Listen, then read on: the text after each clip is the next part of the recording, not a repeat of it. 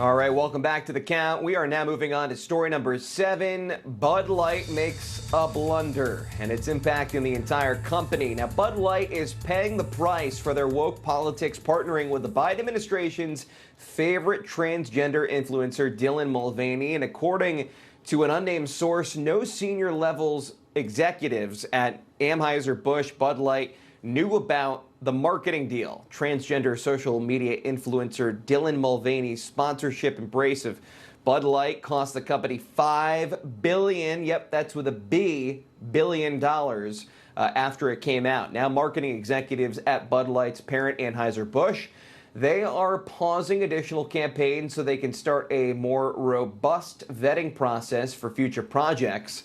Now let's bring in our next panel for their reaction, evolutionary biologist Colin Wright and the host of Front and Center, Jacquie Jordan. Jacquie, let's start with you. This is a classic example of shooting yourself in the foot here. Go woke, go broke is another way of putting it. Do you believe that no senior executive knew about this? And again, the lady who was in this video was saying, we want this to be a less fratty brand. This is cheap beer that you find at tailgates pretty much across the country. So do they just not recognize who buys their product? Well, as a media consultant who's worked in integrative marketing in the past, I can say that, no Newsmax viewer here would for a second ever believe that the top brass at Anheuser Busch did not know or approve of this campaign.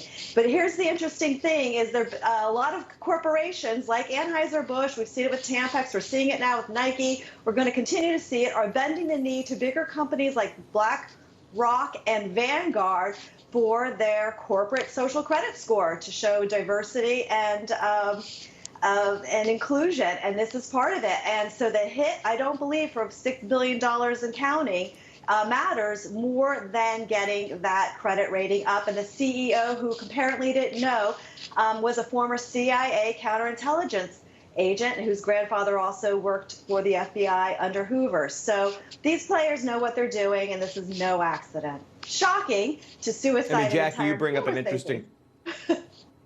Yeah, Jacquie, you bring up a point. I mean, Tampax was involved in this with Dylan Mulvaney. That makes no sense. Colin, I want to bring you in now. Other brands, the other brands have followed suit. Colin, Nike hired a trans woman to promote women's sports bras.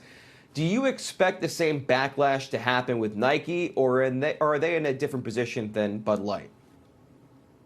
I do expect sort of a similar backlash, especially people who are specifically signing on Dylan Mulvaney, because I think it's important to note that it's a bad move, not just because they're getting someone who identifies as trans, but Mulvaney specifically has risen to fame by mocking the behavior of women and girls, by reducing them to exaggerated, ditzy stereotypes. So it's understandable why many people would be upset with Bud Light's choice for the face of their new ad campaign. And also, on top of this, Mulvaney doesn't even claim to identify as a woman, but rather a girl, which is even more strange and concerning thing for a grown man to do, and even more strange to be celebrated for. So I think it's specifically, relates to who Mulvaney is as a person and what they're doing, rather than specifically being about, platforming a trans person on their platform.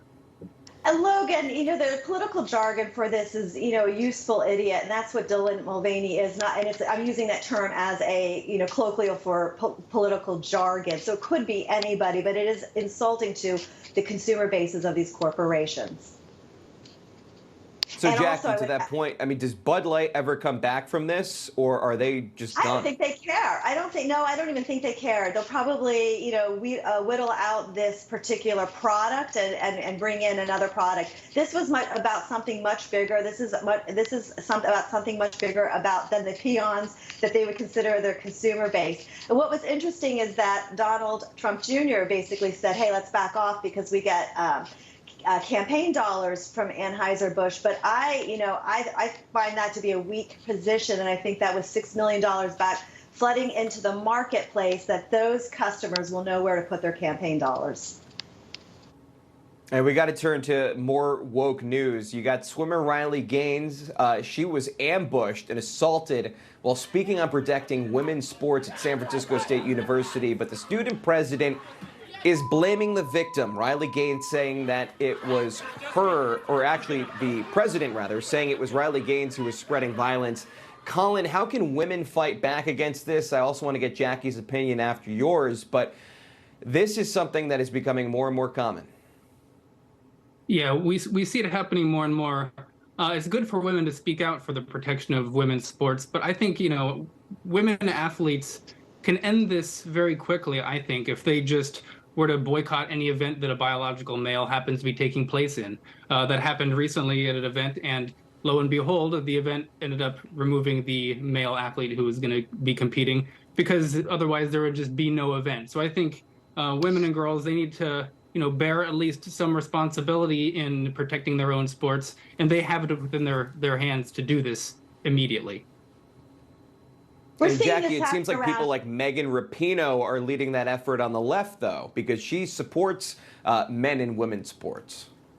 Yeah, it's like Caitlyn Jenner too. It's I kind of take my breath over that one too. In the 1500s, we burned women at the stake in the Inquisition. Here we're doing it in a much more social media, social friendly way, but it still, to me, has the same result and is still equally as offensive in the process. But we're seeing this happen all over college campuses. I was told recently that at Stanford University, they locked a law school teacher into the classroom where the liberal left was chanting outside. So this is happening all over campuses. And tying this back into the Bud Light piece and the CEO and the executive who apparently signed off on the campaign, a lot of them are coming out of Harvard Business School. So these, this is a funnel that is long in play, and we kind of look at it in a very shocked way that, oh my goodness, this is happening. But this has been in the making for a long time, and